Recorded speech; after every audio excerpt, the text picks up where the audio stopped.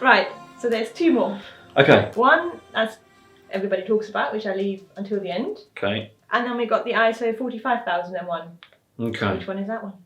ISO 45001 is Health and Safety Management, which was OSAS 18001 and changed very recently. I think it was due to transition in 2020 and then with COVID and all the rest of it, that got pushed back to 2021. But again, great standard to demonstrate to your stakeholders that you have effective arrangements for health and safety.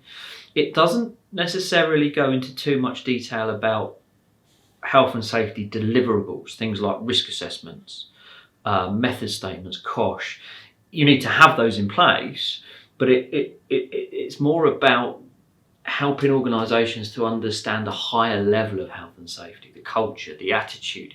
You know, yes, you need to do your toolbox talks, you have your risk assessments, blah, blah, blah, blah, all that stuff. And we've got some great health and safety consultants that we can recommend, Invicta Safety being one of them. But the standard wants us to have a regime in place of monitoring and measuring. So, you know, what are your biggest risks?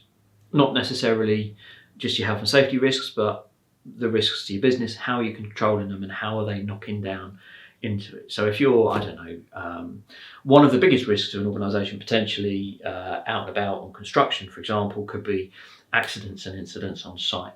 So how do we control that? So we'll have our we'll be recruiting the right people. We'll have job descriptions that explain what we want people to have.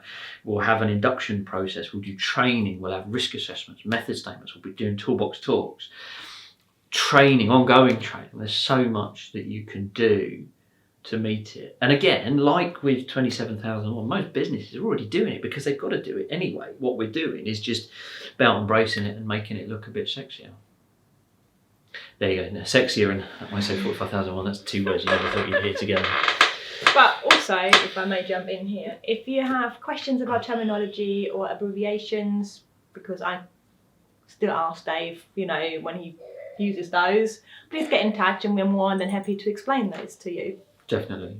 We've got email, info@QVET Solutions, phone us, and website.